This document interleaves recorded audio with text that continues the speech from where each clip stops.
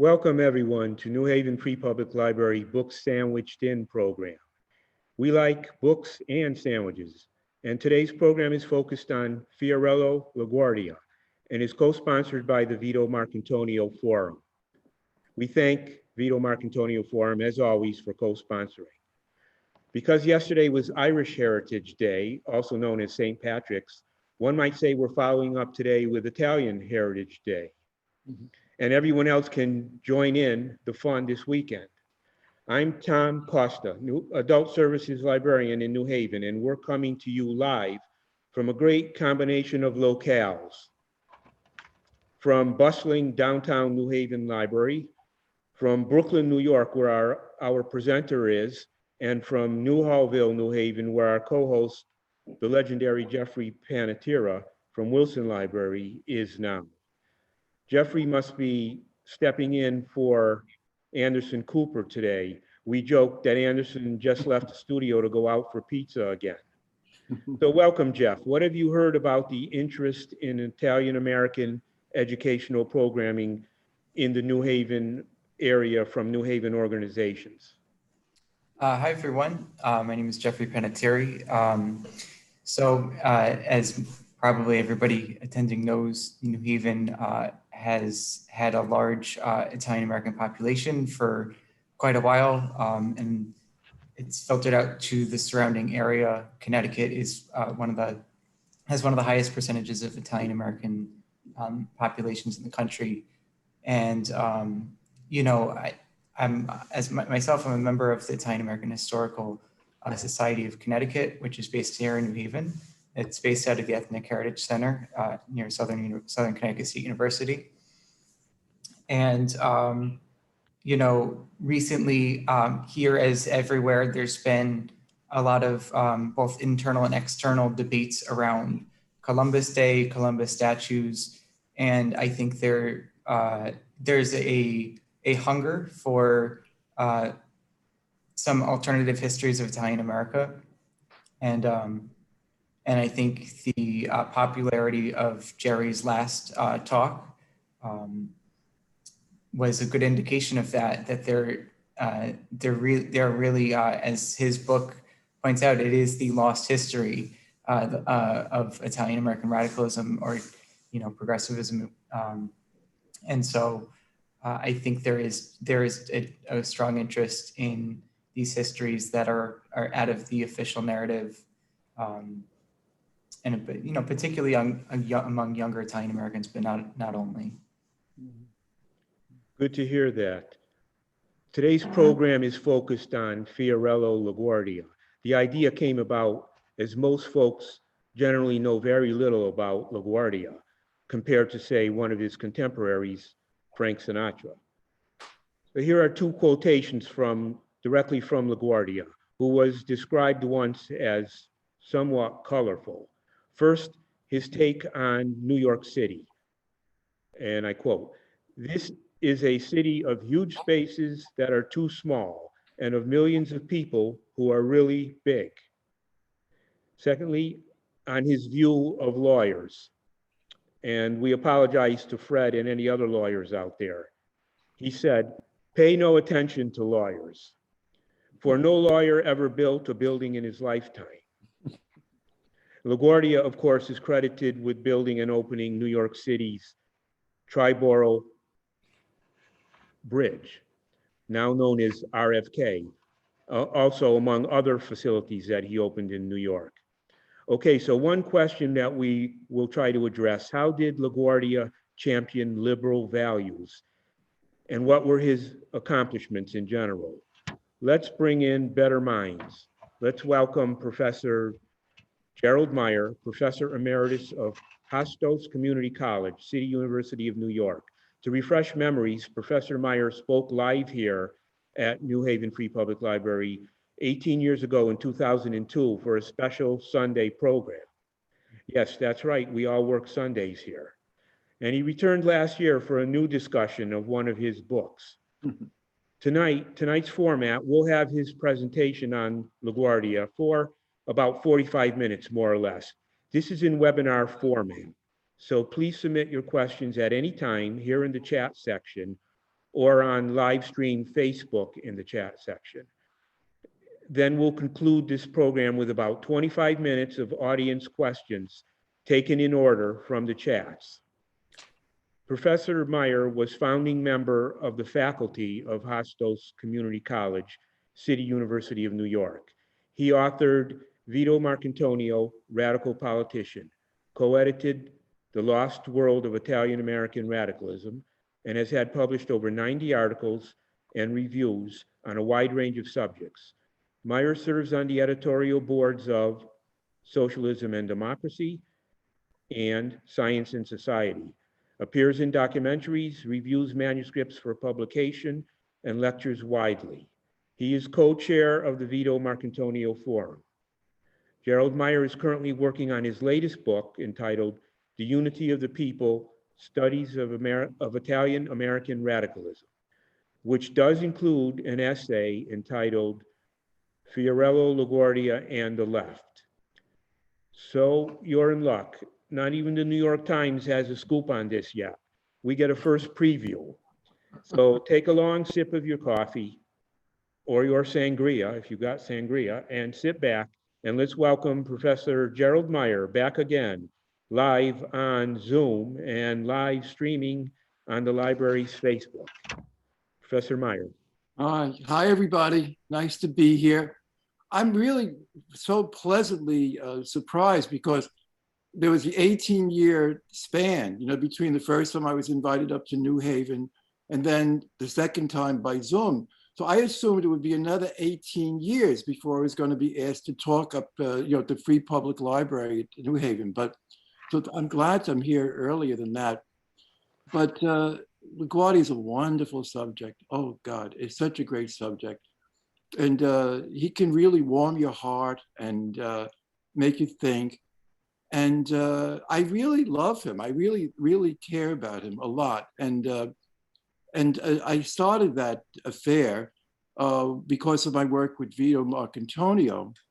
And Marcantonio's father, who was American born, it's unusual at that time, he died in a streetcar accident. There were many streetcar accidents in those days, amazing. And so he was an orphan. And LaGuardia lost his daughter just about earlier than that. And I think he adopted Marcantonio in many ways. And that relationship persisted in a very meaningful way, until LaGuardia died. LaGuardia died a few years before Mark. But it's a wonderful figure. It's an awfully large subject that we're tackling here today. It could be helpful, I hope, is if we do periodization. What are the periods, in LaGuardia's life? It might be helpful. The way I look at it is that you have the period from his birth in 82, and then until around 1910, when he traveled to Europe and got a job working in Trieste. But then, in a way, all of that has to be looked at, because more so than many, many, many other big figures, LaGuardia really is the product of his childhood and his immediate associations. And I don't think that we can ever really get what's going on with him unless we look at his biography. His parents came from Italy, and his father was a typical radical. This isn't radical in the sense that we use the term. A radical in that term would be someone that was anti-clerical and a Republican, a believer in an activist Republican, like a Jacobin Republican. And that was a very, very strong ideological force in Italy, in France, and Spain, and other countries. And so his father, Achilles, when he applied to come to America, he put down no religion, the anti-clericalism, And LaGuardia's mother was Jewish. She was a Sephardic Jew that when the Inquisitions occurred, many Jews went to Italy where the Inquisition was not that active. And so you have this mixed marriage in terms of his parents. They come to New York, and it's kind of curious, and you might say a little disappointing, but it is what it is. It seems that they really went on an Americanizing project for themselves. They joined an Episcopalian church. What in God's name would a Southern Italian be doing in an Episcopalian church, please? And also the father was a musician. And what he did then is got a job as a band leader in the Army, a good steady job. That's a good gig for a musician, you know. And off they go to Prescott, Arizona, where LaGuardia is raised. And he's basically the only Italian in town. That's it. And he has, and I think this starts to really tell us something about what's going to happen with him. He's a minority. He's a minority of one. And I think to be an outsider can be very beneficial. If it doesn't kill you, it's going to really help you a lot because you have a wider spectrum of view, and there's more conflict. You know, it's more productive, I think, intellectually, and I think almost always moves people toward the left in some way or other. That's the general trend of that. And that happens for LaGuardia because he sees around himself terrible, terrible discrimination against Native Americans, against migrant workers. And he's very moved by it. He's very upset by it. And had he not been of this minority, he may not have reacted as a child to that, you know. And then also, what was remarkably for him is that he had an incident that just seared into his mind that he never forgot, that a Southern Italian brought a trained monkey and a hurdy-gurdy to Prescott, and he had a trained monkey that performed, and then came around collecting pennies and change from the people that watched. And the monkeys were all dressed up and so on. Well, the next day in school, Fiorello became the target of tremendous ridicule and taunting that went on and on and on. So he was now in a position where he has to reconsider a lot about himself, his family, about society. And then what occurs is a very interesting thing, is the Spanish-American War starts, and the father, being a band leader, is sent off to Tampa. That was going to be a launching place for the United States invasion of Cuba. And so when he's there, the father became stricken food poisoning from poisoned food, canned meat specifically, made by Armour, no less. And after a terrible 2 years, he dies. And so for LaGuardia, he sees that the system, in a sense, in this case, the army, its indifference to people as being responsible for the death of his father. And so they go back to Europe. They go back to Europe. And there's a daughter, there's a sister he had, Gemma, and a mother and him. And LaGuardia he works for the the United States Council in Trieste.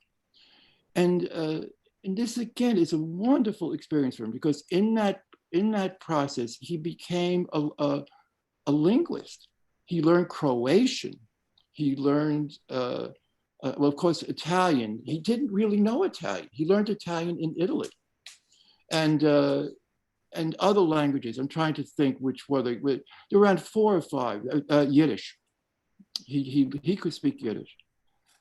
And how fortunate this misfortune turns out. So often we see this in life, that adversity can be turned to advantage. And in all of these instances, all of these injuries that he experiences are converted into what's going to make him a great man, an important person in history and a great man. I just there's one incident that's not talked about much at all. I think really tells us what's going to happen with LaGuardia, because he's not yet political. He's not really political. That takes quite a while for him to become political. But all of this is the material that's going to make him into a radical. And so at that time, Trieste was a major, major shipping place for ships going to, for immigrants going to New York. And at that time, they had to have a certain amount of money, they had to have papers, and on they went to the ship. And when they arrived in Ellis Island, they were given a physical examination. And if they had trachoma, if they had anything that could be diagnosed as a mental illness and many other possibly diagnoses, they were put back on the ship to return to where they came. Now, these are people that had liquidated all of their possessions to get some money. And many of them never had enough money. They would stop in England and have to work and then continue the journey. They were pushed back on the ship to go back without the rest of the family and to back to where they came from. So the family would be divided. Well, what did LaGuardia do? Without permission, he wouldn't allow anybody on the ship that didn't have a physical exam that would indicate any of the causes that would have prevented them, that would have caused this catastrophe, utter catastrophe for people. And that right away tells you something. His ability to work against the grain, to do what's right, to find ways to benefit ordinary people, and he does that. He returns to the States and gets a law degree, which wasn't that hard to do at that time, but he gets a law degree, and he's in Greenwich Village. His parents, when they arrived in America, they had lived in Greenwich Village. It's interesting, which at that time, that area was not Italian. But now it's become quite Italian, but also there's a literati there who are radical, and he gets to know them, and he gets involved in this and that. And by chance, he's given the chance to run for Congress. Now, it's interesting, but maybe not the most important thing, because he's still not LaGuardia. He's still not him, the person that we care about and have to know about. He's somebody in formation. Parts of who he is are really quite disturbing. He was in a district which went from Greenwich Village east over to the East River. And the primary group were Jewish people. And they were tremendously attracted to socialism. It was a mass phenomenon. And their candidate, Meyer London, was elected twice as a socialist from that district. And Roosevelt, and then LaGuardia runs against him and red baits him. And this is like really you're not supposed to do that, but he doesn't quite know that yet. And he had something that was interesting. His movement toward the left, there was a tremendous amount of baggage, because his primary influences were from the West, from the Southwest. And so what he's really ingrained in him is populism. And populism, he arrives really, that's really, populism is kind of a mishmash in a way. It was pro-people. It didn't talk about classes. It didn't talk about the working class or petty bourgeoisie. It was about people. And it didn't seek the nationalization of property, the end of private property. The people attracted to populism, in the West, they owned property or had a chance of that. They either owned or they had a chance for property. So they weren't very good prospects for socialism. And La Guardia brings this with him, this belief in populism. They tended to be nationalistic. They tended to be anti-immigrant. So here you have La Guardia arriving with all this baggage. And he serves 2 terms in Congress and goes back to Italy to fight. He liked to fight, I think, and to be in the military. And he comes back and he spends 1 term at the Board of Aldermen. That's like the city council. Nothing much happened at all during that time. But then the break happens. This is where now LaGuardia becomes LaGuardia. In 1922, LaGuardia runs for congressman from a district in East Harlem. And in that district, it was largely Jewish and socialist, and there were Italians. Those were the 2 groups. And they shared that district in pretty amicably. But the Jewish people overwhelmingly voted socialist, overwhelmingly. And the Italians tended to vote Republican. Now, this may seem very odd, but most of the populists in the West voted Republican. They were radical in many, many ways, but the enemy in many ways for them was the Democratic Party. They had a kind of a critique about that, which had a lot of validity to it, because the Democratic Party, unlike today, at that point really had 2 feet holding itself up, 2 legs holding itself up. The one was a segregated South, where Black people couldn't vote. And even the border states, Delaware, whatever, Kentucky. And that was the solid South. All of those votes, all of those electoral votes went to the Democratic Party. And then the only other thing the Democratic Party really had were the big cities. And the immigrants flocked to the Democratic Party in the big cities, where the great political machines were organized in ways to provide support, really, for the immigrants. And they did a lot of good, actually, while they were lining their own pockets. They were the only resource, for the most part, for most immigrants. And people became very loyal then to the Democratic Party. However, among the immigrant groups, there was a problem. And the problem is, I think without exception, I think I can think of one exception maybe, all the great political machines in the great cities at that time were Irish. The Irish really had a tremendous talent for organization.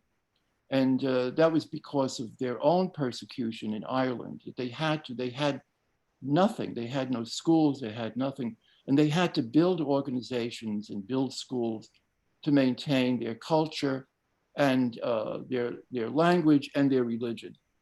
So they arrived with that and put that to very good use. And in many different areas, but one area in terms of politics.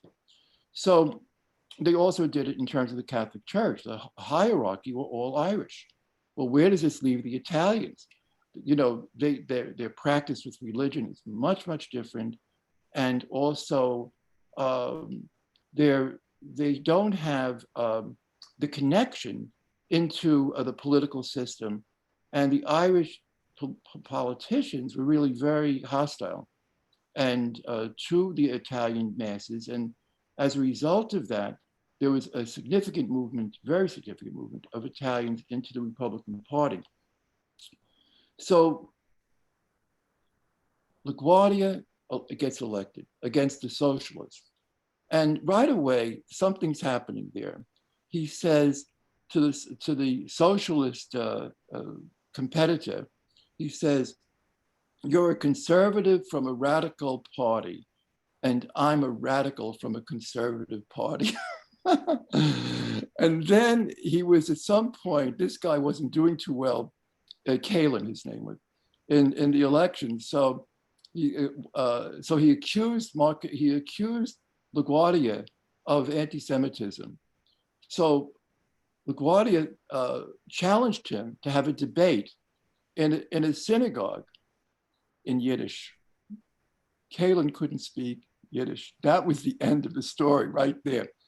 Now, this is really this is where LaGuardia becomes LaGuardia. He goes to Congress as a Republican. It's all very odd. And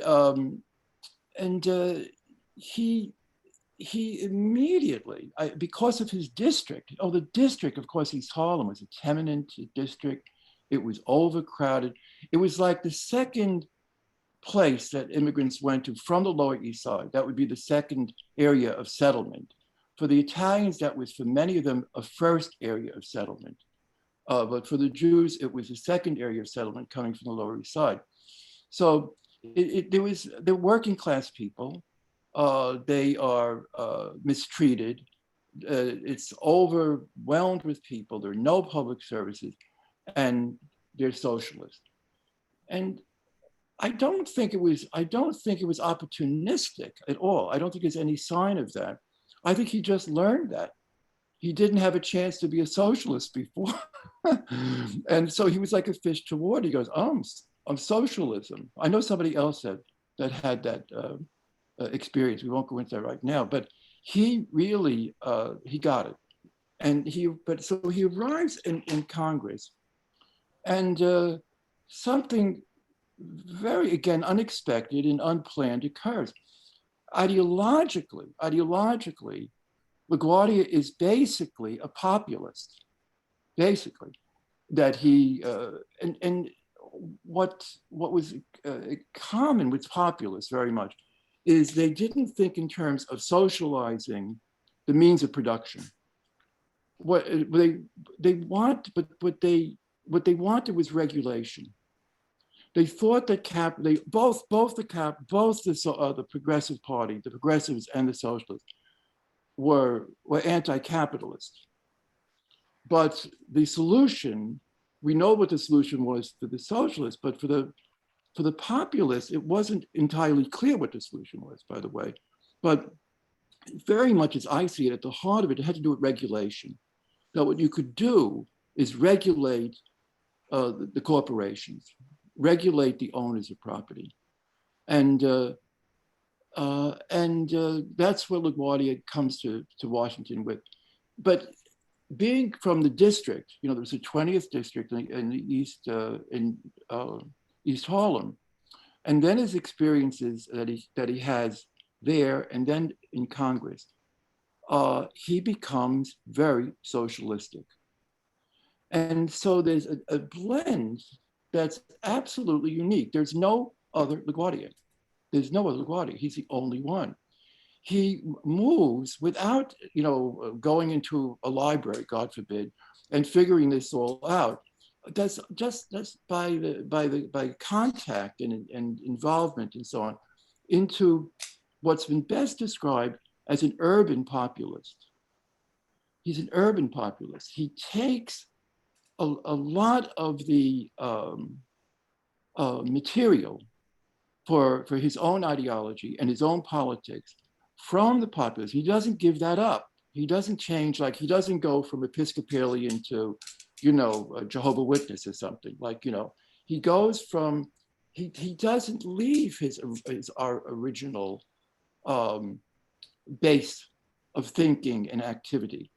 And he goes there and he becomes a urban populist. There really isn't another. That's it. But because of that, his uniqueness was very valuable. It hurt him and it helped him. It hurt him because he was then again an outsider.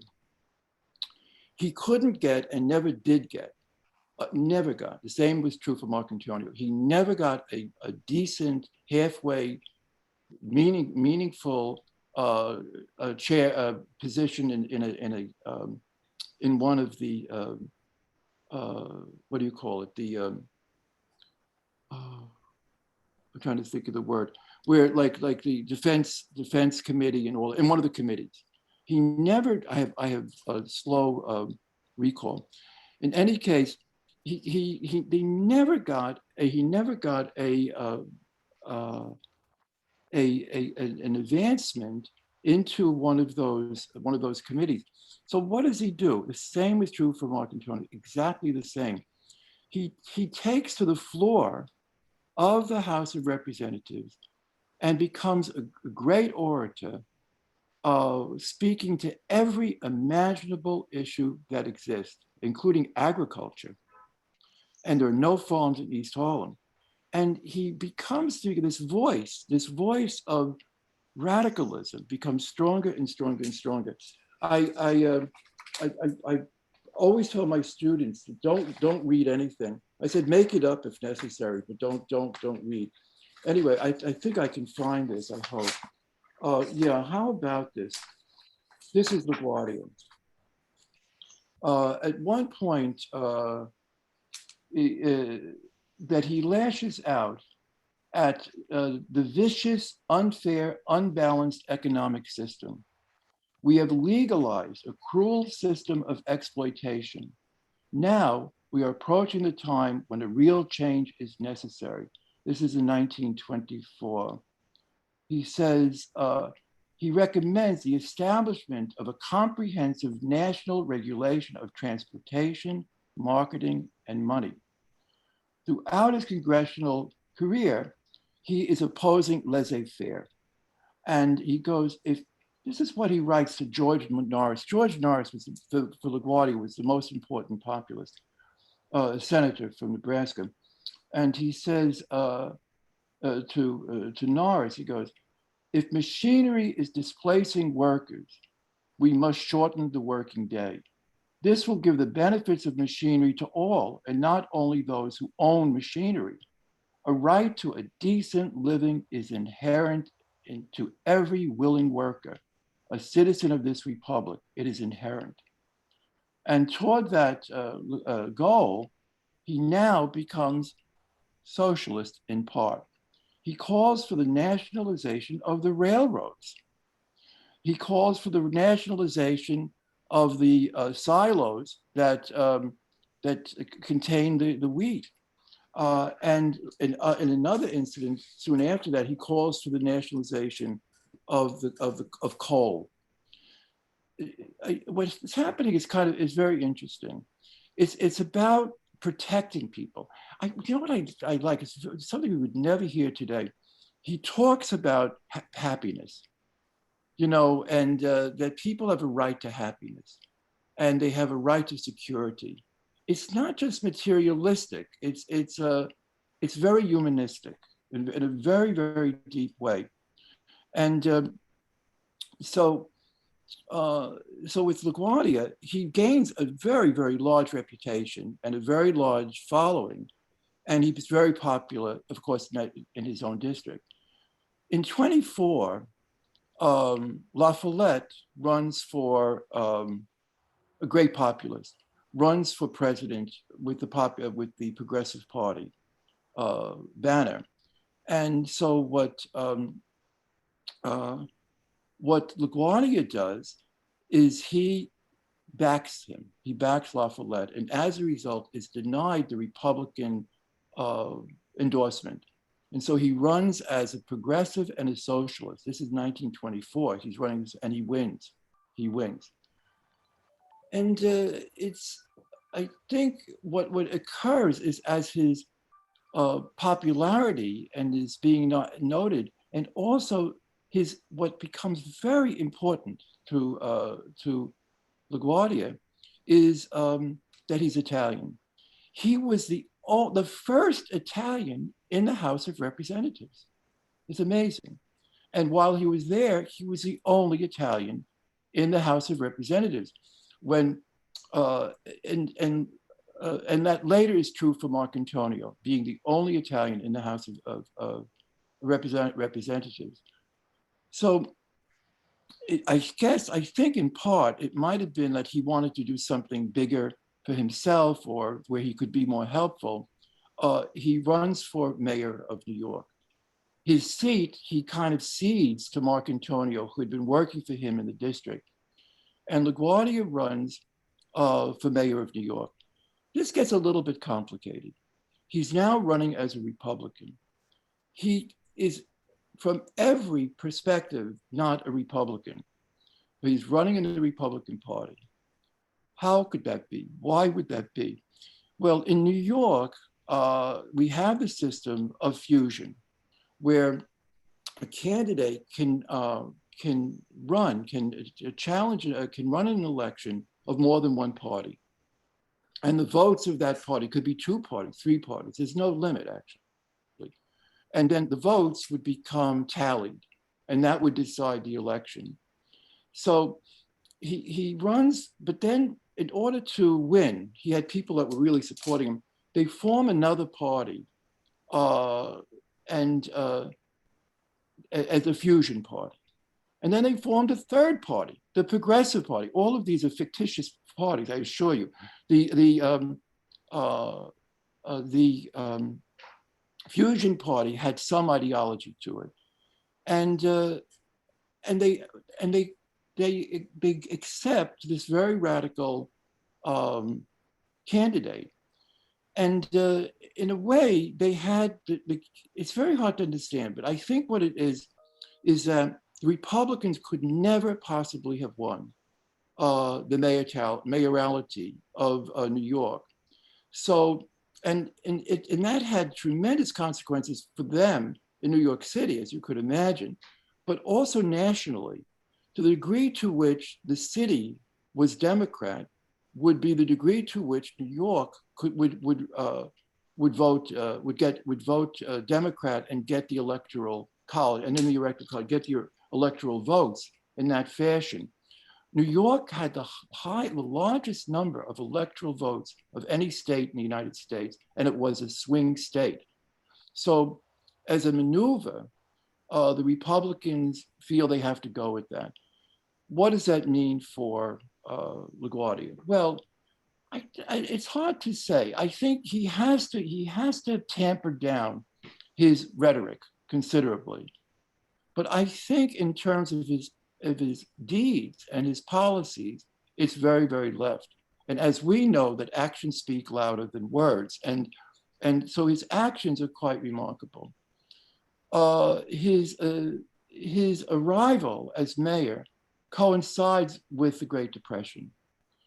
And I think for sure, the vision and also the action, the praxis, the action that LaGuardia brings to the fore is so extraordinary, it's breathtaking, that his vision is really, he didn't say this, I thought of this, I think, and is that he creates a social democratic metropolis. And he does it piece by piece in a way that's absolutely amazing. And part of it was done, he had a good person, good looks and a good personality can help in life, and I have both. But in any case, that he was a very appealing person. And also, again, going back to New York, it had to wind up in the Democratic Party's list. So he becomes very close to Franklin Roosevelt. And they worked so closely together. This great patrician, Roosevelt, just was crazy about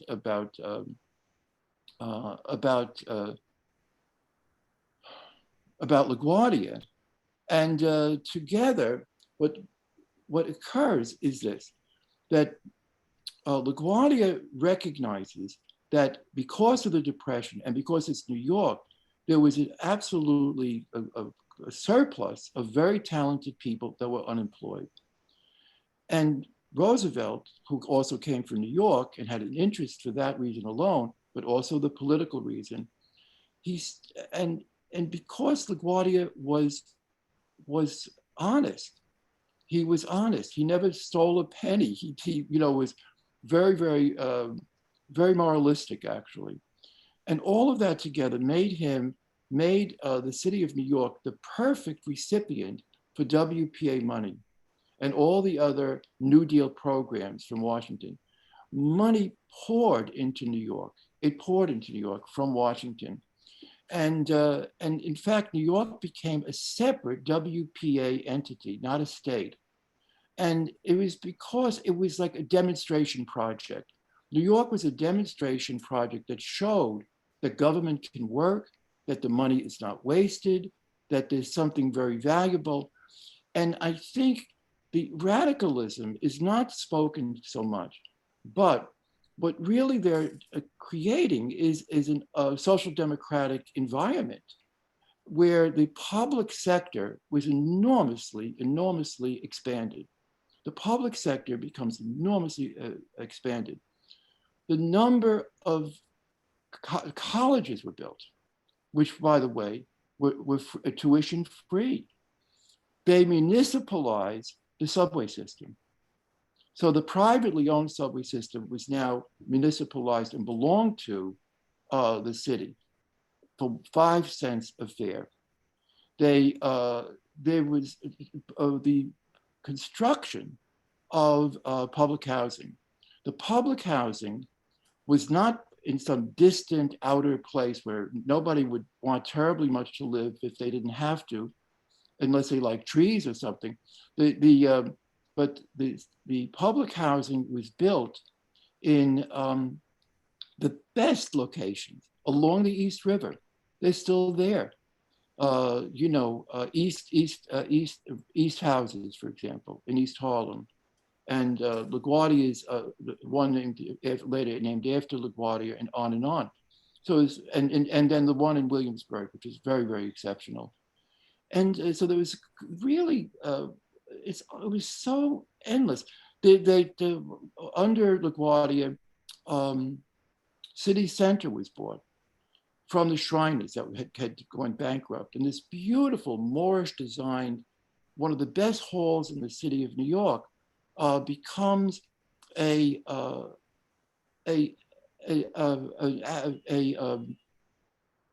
asset for everybody in the city of New York. For little money, the New Yorkers could hear opera, philharmonic orchestras, and also they built another open stadium, Lewiston Stadium, near City College, up further in New York.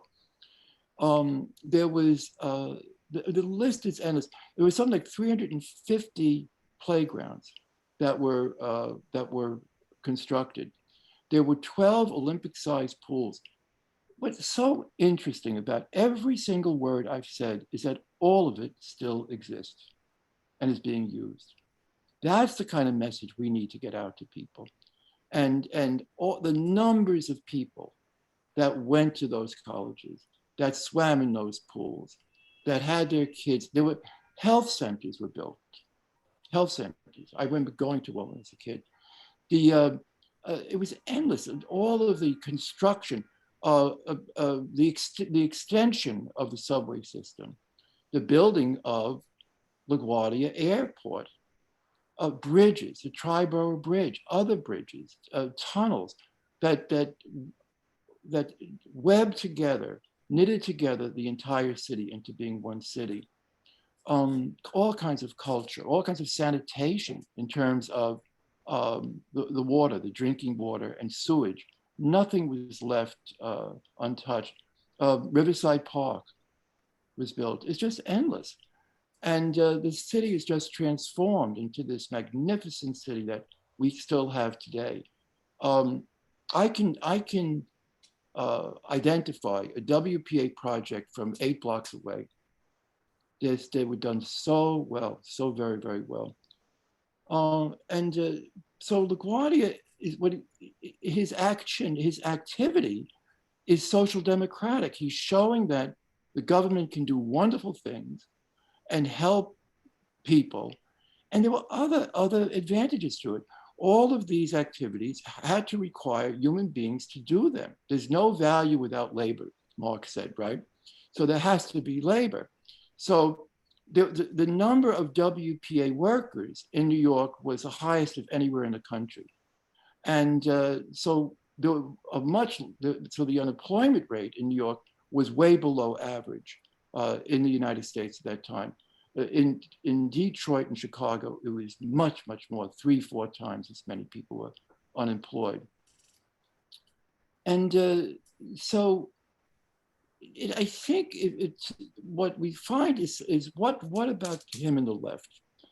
Well, it becomes explicit around a kind of fortuitous and unexpected moment.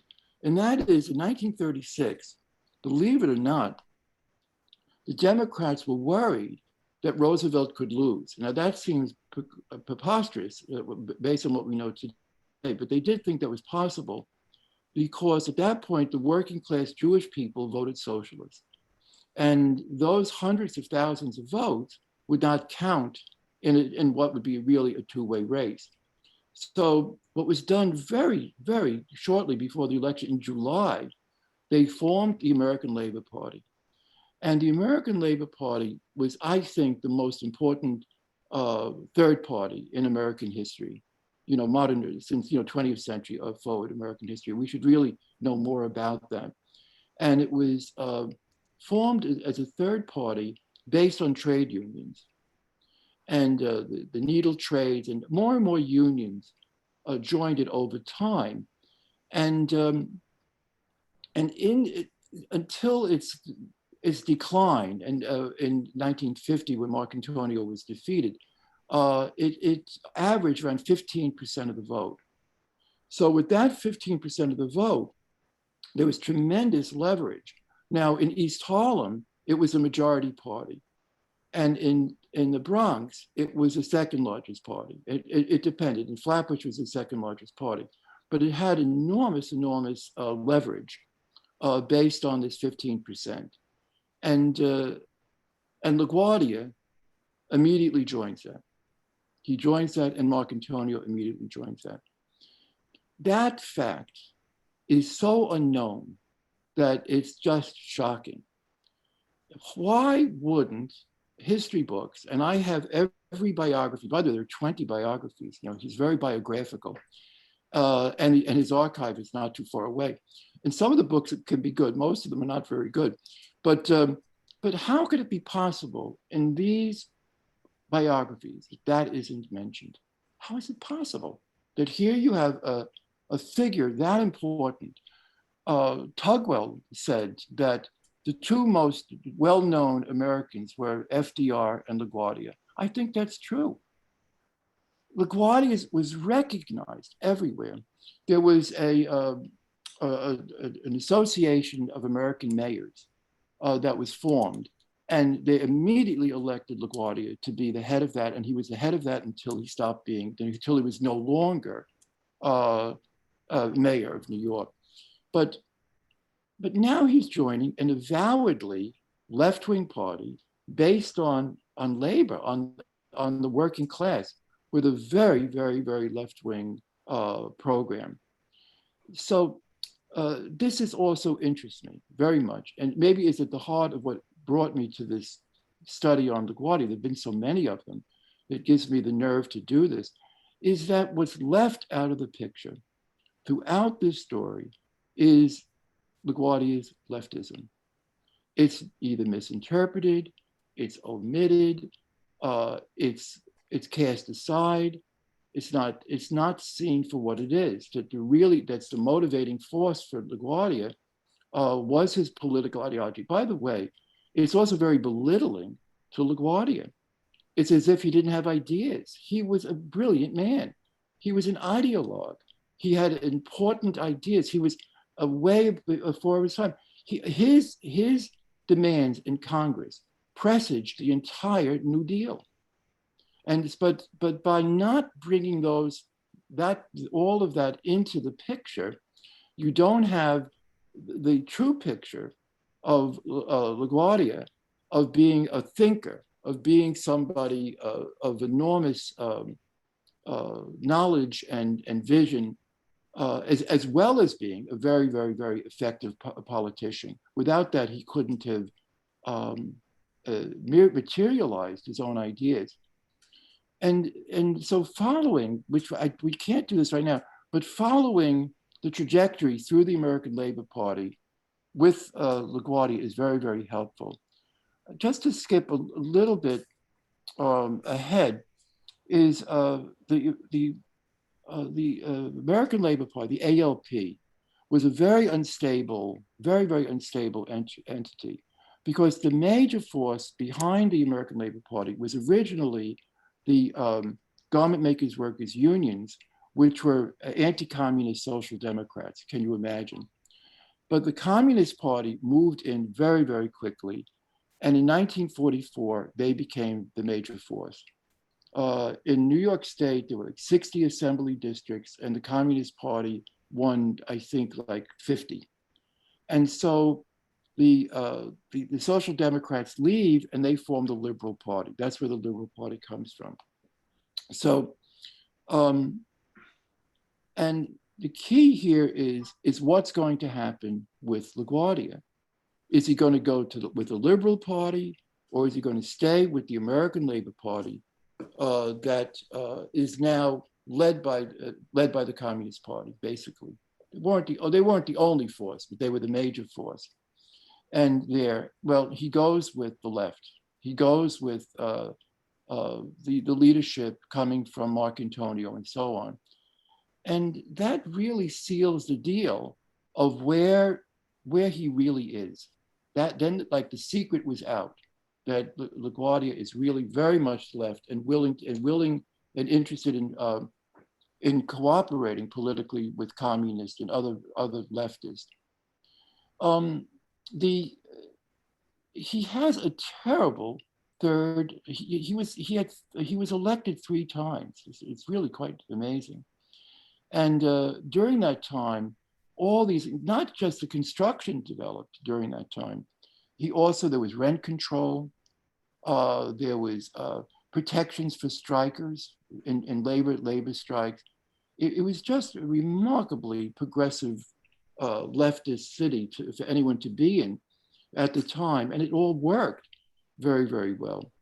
But what happened is and he was in office for 3 terms, 4-year terms. And what had happened in the past is anytime there was a reformer that would work against corruption, would get elected, that the reformers never helped the poor people, so they went back to voting for the machine because they got something from them, some help. Well, that didn't happen here. That LaGuardia was elected and reelected because the poor people didn't have to go back to looking for handouts and support from this really corrupt political machine. And so his third year is, oh God, I really would like to skip it, you know. It's almost embarrassing. I mean, it's like he's going down to Washington pleading to become a general. He wants to become a general. You know, he was 5'2". You know, I mean, he had a bust of Napoleon on his desk, you know, but he couldn't get over it. And he had been in the Air Force in World War I, and that was like the high point of his life somehow. And he kind of lost interest in doing what he was doing. And also he couldn't get support any longer from Washington because all the money was going to the war effort. He doesn't run for a 4th term. And what he does, and this would be, I think, the final, but very, very critical period in his life. He leaves the office. He leaves office, and what he does is he is I'm trying to think of the word, appointed. He's appointed to be the director of UNRWA, the United Nations Relief and Rehabilitation Agency. That was founded by the United Nations and by Eleanor Roosevelt. And when the war was over, when the fighting ceased, the point was, with money for funds from countries that were not occupied, Canada, for example, even England, but most of all, of course, with the United States, that they would go to the countries which were occupied to rehabilitate them and to revive them. And LaGuardia really embraces this and is delighted with the ability to do this work. And it was, by the way, but what happens is that the Cold War began. The Soviet Union moved into, of course, they won the war, so they moved, and the Red Army won the war, so wherever they were, socialist countries were founded. And the money from UNRWA was primarily going to the Soviet Union, the Ukraine, Yugoslavia, because those were the countries which suffered the most damage and destruction during the war.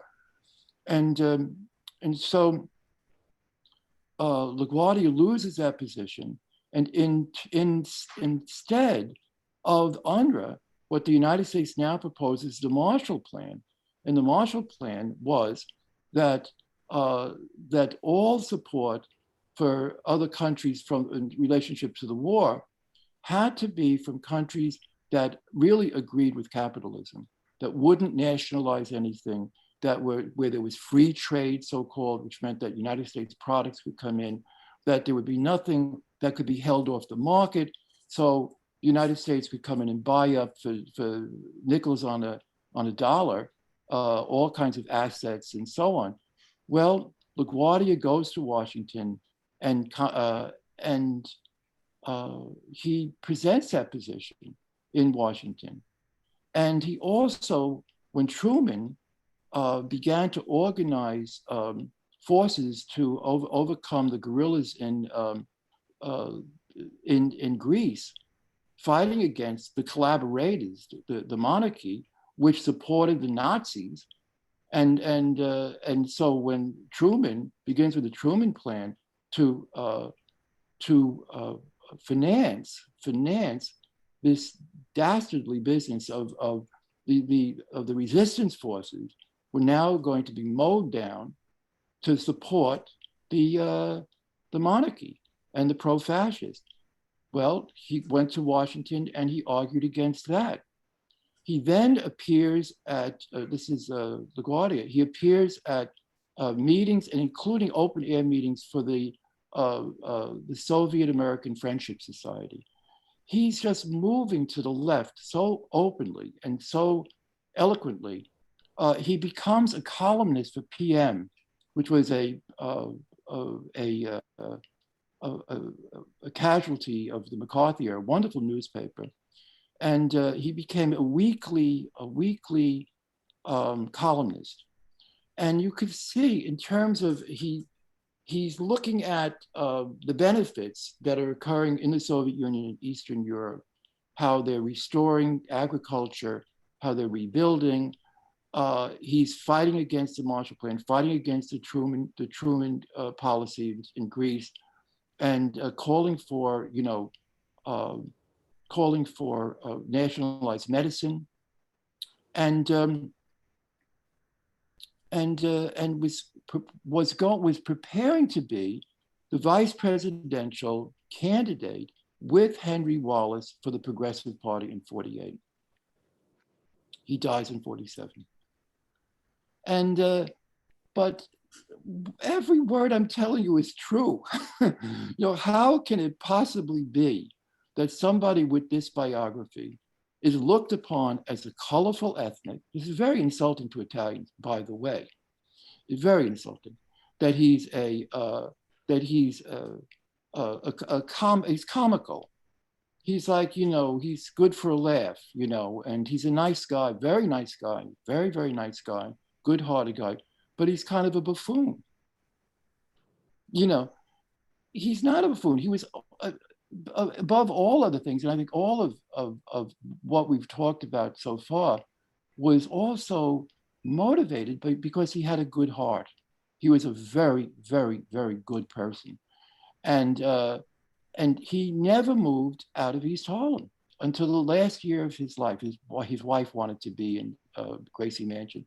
He lived in a tenement throughout the 10 years. When he died, there was $8,000 of American bonds, war bonds, and he had a mortgaged house, small house. With Mark Antonio, it was worse. He didn't have money to bury him. But these are people that really are heroes. We're tearing down all kinds of statues off pedestals, which is neither here nor there, or could actually be very good in most cases or many cases. But what are we going to put up on those pedestals? That's the hard part. That is the hard part. And that's where history becomes critical, and the kind of discussions we're having here are very, very important in that you're doing this work where you're doing it, and we need to do that everywhere. And so I just enjoyed having this opportunity to share with you. Thank you very much. Thank you. Thank you, Professor Meyer. A most interesting view of LaGuardia. Jeff, do you have any comments on what you've just heard? Jeff, you're muted. Yep. Just wanted to say, thank you very much in doing some research kind of leading up to this. There's just so much that isn't really out there yet. So many of these layers that, I'm sure we're all looking forward to seeing, what comes out of this research. And so I don't know if we want to get to the first question or. Yes, let's move to the first question. Okay, so the first question we have is, can you please discuss LaGuardia's strained relationship with the left-led State County Municipal Workers Association of America, Yes. including LaGuardia's opposition to public sector collective bargaining? Either this wonderful person had parents who were leftist, or that's a very, very good question. He was not, LaGuardia was quirky. I mean, he didn't do something out of the book. Like he never went to a political training camp or whatever, or so there are things that pop up that are perfectly odd. And this is maybe in many ways could be the oddest. Well, I could think of a couple more, but when we mentioned before, when the city municipalized the private subway system, the workers in that subway system were unionized. And interestingly, they were unionized by the TWU, the Transport Workers Union, which was headed by Mike Quill, who was a communist. He was Red Quill. And so now you have them, the city taking over that, and LaGuardia wouldn't accept the contracts. He said, this is very literal, I think, but he said that that civil servants are servants of the people. So how could you possibly have a strike against civil servants? There's a certain logic to that, I mean, it's not. I mean, he was so unself-aggrandizing that I think it might have been, he had more of a vocation than an avocation, And I think for the ordinary souls that, that don't spend their whole life being like him, found it very hard to swallow. And I think that as I recall, there's so many facts when it comes to LaGuardia. I think the war started. Or Lend-Lease started, and so that issue just was off the table. Next question. Today in 2021, we might expect infrastructure money to flow to cities, and there is also a surplus of labor due to the pandemic, obviously. If LaGuardia was here in 2021, what projects today would you think that he might prioritize for New York City or cities in the area? Well, the first thing is don't listen to Robert Moses too much. That would be number one. But I don't think Robert Moses was quite as bad. He's not quite the ogre. I mean, he's pretty bad. He's pretty bad, but he's not quite as bad. But I think if we look at what, when it came to LaGuardia, he really did fall back on Moses a lot. He really, really did. And I think there were a couple of reasons. I think the main reason is that, Moses, that was a Republican, that he was able to also get funds from the state. And he also had this tremendous reputation. So it's so much of what we see in the area of transportation was the funds were definitely from WPA and from the state of New York and so on. But I don't know if it was so original, frankly. The other things about education and health, and there were hospitals that were built. I mean, just cultural stuff seemed to be more in his area. What they did do, is by expanding the subway system, all the way into Far Rockaway. There's nothing like that in the world, by the way. There is no other example of a subway system like we have in New York, thanks to LaGuardia, where you can travel from miles, incredible distances for one fare, regardless of how long the trip is. There's nothing like that. And so he was interested and concerned about people. He cared about people. He really, really cared. And so being able to get to work, in a decent way, and all of that mattered.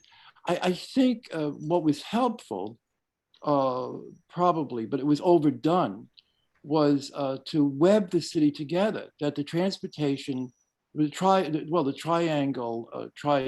bridge, not the triangle bridge, Triborough, thank you. Triborough Bridge. And in the Triborough Bridge, it tells you the whole story. The one bridge linked 3 boroughs together. So, but, when we're talking about infrastructure, I think we need to broaden our sights about what that is. Because what you happened with LaGuardia is a tremendous development of parks. I mean, New York City has the best park system of any city in the United States. And parts were refurbished. We have esplanades. What American city has esplanades? Oh my God, Eastern Parkway, the Grand Concourse. I mean, there's nothing like that anywhere else. And so it's sort of measured down to, there are markets. I was thinking about this recently, covered markets. That goes back to LaGuardia's personality. He was appalled. He was kind of a goody. He was a goody guy. He really, really was. I mean, he could have been like a blackboard monitor or something. I mean, he was really, really very good. And he closed all the burlesques. That type of thing. No gambling. Anything like that. But I think that he wanted to have an uplifted city, something that would be uplifting. There's culture, there's beauty, there's, and that is available for everybody. It's extraordinarily democratic, It's hard to pull the pieces out. I mean, I would have to think more about it, but it's so of a piece, you know what I mean? It enters into every area of people's lives and what you would hope to see in a city. Great, thank you. Jeff, would you like to take the third question from Facebook at 106? Yep. So the next question we have was how supportive was the LaGuardia administration in supporting the U.S. involvement in World War II? This was a very good thing to raise this. When the Soviet Union had attempted for over 10 years to form some kind of alliance to stop fascism. And nobody would bite, nobody would ally themselves with them. Poland was going to be invaded, and they refused to allow the Soviet troops to guard to come to their border to prevent them from being overwhelmed. On and on and on. And then the Spanish Civil War. That was it. The Spanish Civil War, every effort was made to fight back, to beat back fascism. And not one democracy, so-called, except Mexico, which couldn't do very much, but not one single so-called democracy was willing to protect the republic. I mean, they were legally elected. There were communists in the government that were legally there in the Popular Front, and everyone turned their back on them.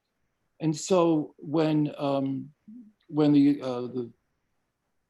the treaty was signed between the Soviet Union and Germany, then the communists, as part of this understanding of the treaty, stopped being demanding that there be a lend-lease and that the United States become involved in what would be a war against Germany. And because in that war, the first victims of the war would have been Russia, as happened. And they wanted time to build up industries and move industries behind the Urals so that they would be able to withstand that onslaught. So it all had to do with that. I know that's a bit of a story, but that's really the necessary background to understanding this. And the communists knew that if the United States entered the war would have broken out. The United States would not have been invaded. England would not have been invaded. What would have been invaded, Sweden wouldn't have been invaded. What was going to be invaded is the Soviet Union. And they would just had not begun, but they hadn't really completed enough of the industrialization of the country to have been able to withstand that. So they needed to buy time. So the communists took the position that the United States should not be involved in the war, in the upcoming war. La Guardia stayed neutral. He stayed neutral. I looked that up last night. It's interesting. I mean, in a way, I don't know really. I mean, I don't think he wasn't a communist. He wasn't, I don't know. I mean, I don't know. I think he became, I think this is my own thinking. If anybody needs a good little book to write and make some money or get a reputation, I think, I whatever I have left to do, I don't have that much time to do it with. So a very good thing to think about is the real high point of communism was 1944. I'm positive of it. And that was certainly true in New York, absolutely. That was, if you added up in the city council, the votes for the Communists of the American Labor Party, it's 40%. It's unbelievable. The American Labor Party was being led by communists, and there were communist candidates, and the elected 40% voted for one or the other of the parties. And but LaGuardia, if LaGuardia would have gone with the communists and said, we have to fight against intervention, which is what they did, his career would have been not shattered, but he would have been maybe, it might have been the end. Because that was, it really depended by nationality. The Jewish people were very interested in intervention, but the fact of the matter is that 3 million Jews in Poland were saved because of that. I mean, this has to be thought through, that the Jews were evacuated behind the Urals in Kazakhstan. I meet them all the time in New York. They're the children, they're barbers. They're barbers. They're Jewish barbers. They're kids of Jews that were relocated to Kazakhstan and behind the Urals to save them. I mean, you know, there are a lot of things to talk about here, but LaGuardia stayed neutral. He also gave speeches in Italian to Italians to oppose fascism. Is that correct? That's a very, very difficult question. The predominant ideological position of Italians, predominant, was pro-fascist. That's the truth. Now, it's not as it is this damn quote from some intellectual whose name doesn't want to come to me at this moment, that's insisting on figures that come off the top of his head that aren't, I believe, accurate. But if we went around and say if we would take, and there were surveys,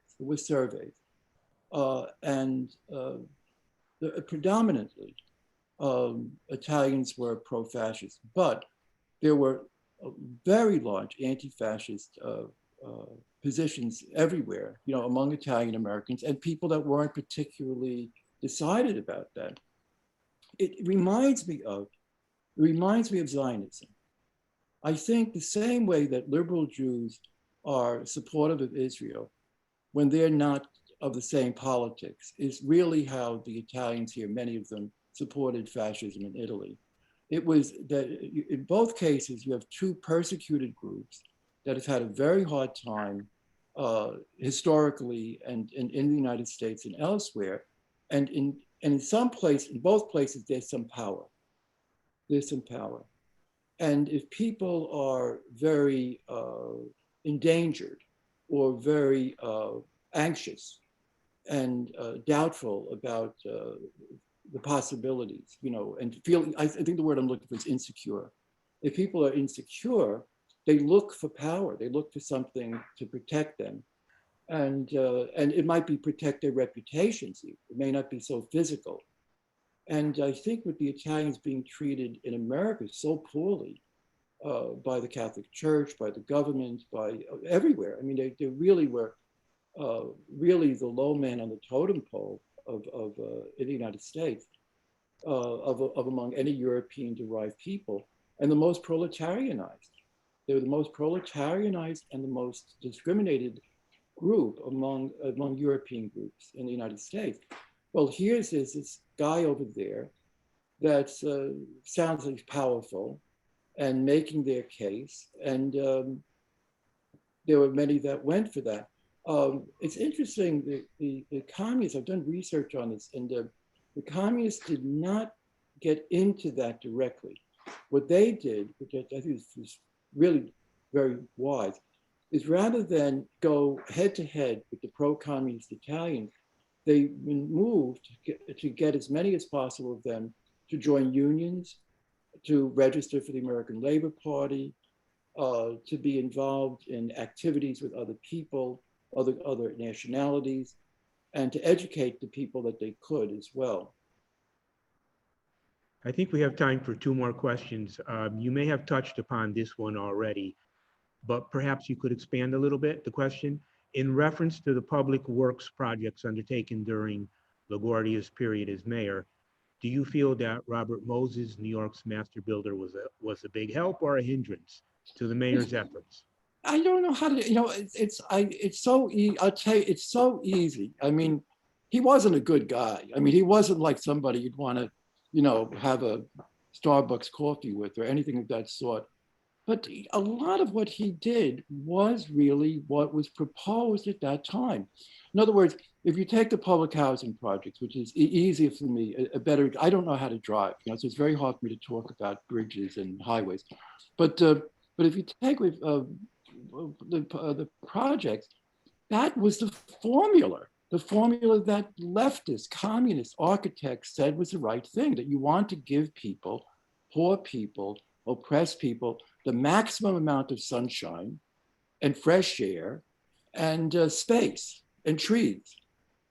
Well, that's not necessarily what everybody would prioritize. If they had lots of children and they have relatives and neighbors and other concerns are really trump those,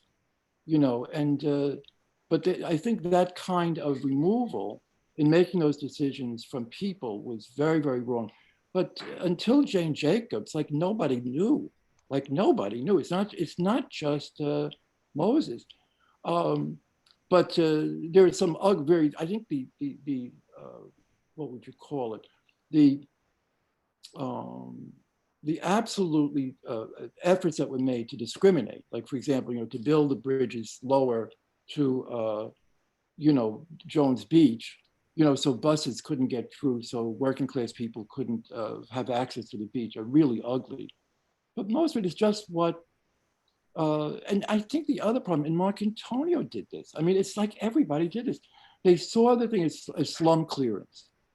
They didn't really see what we now know today, that you could refurbish houses, that you could, and a lot of it to do with speed and time and all of that. And so there were a lot of people in this, let's put it this way, he was guilty, but there were a lot of other people in the ship with him, Okay, one more question, and then we can say it's great. We've gotten through all the questions. One more here. Sure. Question, are there any living descendants today of LaGuardia? I know one. I know Catherine. I met her. I don't know if she's still around, but she was very active. I've been very active in East Harlem. I have a whole passion about the whole thing, and been very involved with East Harlem. And we had an East Harlem historical organization, and for 10 years, we did a lot of good stuff. And then we met in LaGuardia House, which was a settlement house, now later named for LaGuardia. And I wasn't on the board, but I hung out there quite a bit, and in terms we had activities there and so on. And in the process, I met his granddaughter, Catherine, and a very lovely woman. And it was so nice to see her up there in East Harlem. Yeah. Thank you again. Any final thoughts from our panelists? Or final question? No final questions? There was another question that that came through on Facebook. There were a few comments that weren't necessarily questions. Thank you for the wonderful talk. The other question that came through was, did LaGuardia change how unions and labor movement actions were policed? Was he able to, or did he try to curb the violent policing of strikes? I think so. I mean, from what I know, that he was very pro-union, and he was the New York City Labor Council was communist ruled. I mean, it was, and earlier, there's definite examples, particularly during the Depression, where sometimes sub rosa, that LaGuardia used city agencies and so on to tilt the tables toward the workers. I mean, I don't know of any example where there was anything anti-union that existed, or something where he could have done more, to help a strike. And not anything comes to mind. There may have been something, but I don't know of any. Just a quick note then, this presentation is being recorded and will be available to those who were not able to attend or were not able to see the entire presentation. So it will be available. And again, we'd really like to thank Professor Meyer today for enriching our minds in regard to Fiorello La Guardia. And we'd like to thank all of our audience for tuning in this Thursday. Thank you all for coming, and good afternoon. Have a great day. Thank you for having me. You're welcome. And then we'll just mention briefly, Yes. the next couple book sandwich in talks are coming up. And we also want to mention that programs, great programming like this, is one of the many things that we've been doing at the library. We always ask, that if folks feel appreciative, they can always make a donation to the New Haven Florida Public Libraries Foundation. Just go to nhfpl.org/donate. It helps support our programming, our collection. We do have a great talk coming up within the next few weeks. Just trying to pull up the information here. So the book sandwich in talks are on Thursdays at 12. Well,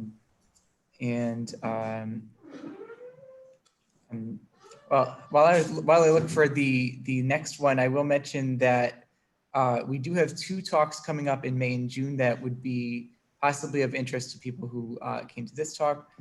May 13th is Nadina Laspina, who's a Sicilian American disability rights activist. So if we want to look at present day examples of Italian American radicalism, she would be a great person to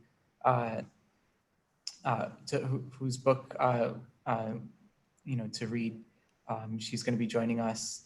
And then on June 10th at 12 p.m., we have Richard Moss, who wrote the book Creating the New Right Ethnic, which discusses sort of Italian American and sort of white, working class ethnic groups and how their sort of ethnic revival in response to the 1960s and 70s was sort of exploited by different parties.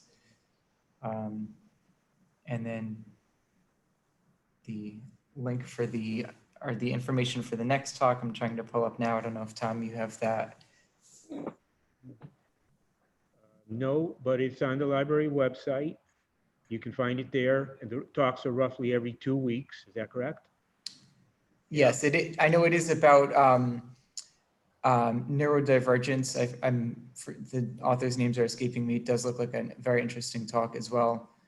So you could always check it out on our events page on the NHFPL.org. Yes, and we do have it. Journalist and founder of the Neurodiversity Project, Janara Nierenberg, discusses her book, Divergent Mind, Thriving in a World That Wasn't Designed for You. Am I correct? That's the next talk, right? Tom? Yes. Tom, could I just like to thank you very, very much. It's been a very nice experience for me.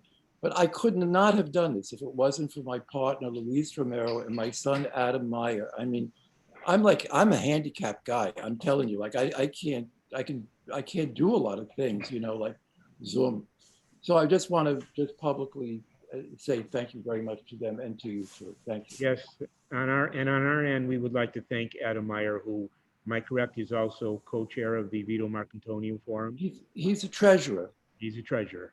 And he has been with us throughout this entire talk to help technologically, correct? There he is. Thank you. There's Adam. He looks like his mother. Okay, thank you again. And hope everyone has a great day, and tune in every couple of weeks. We'll be back on the air. Thank you.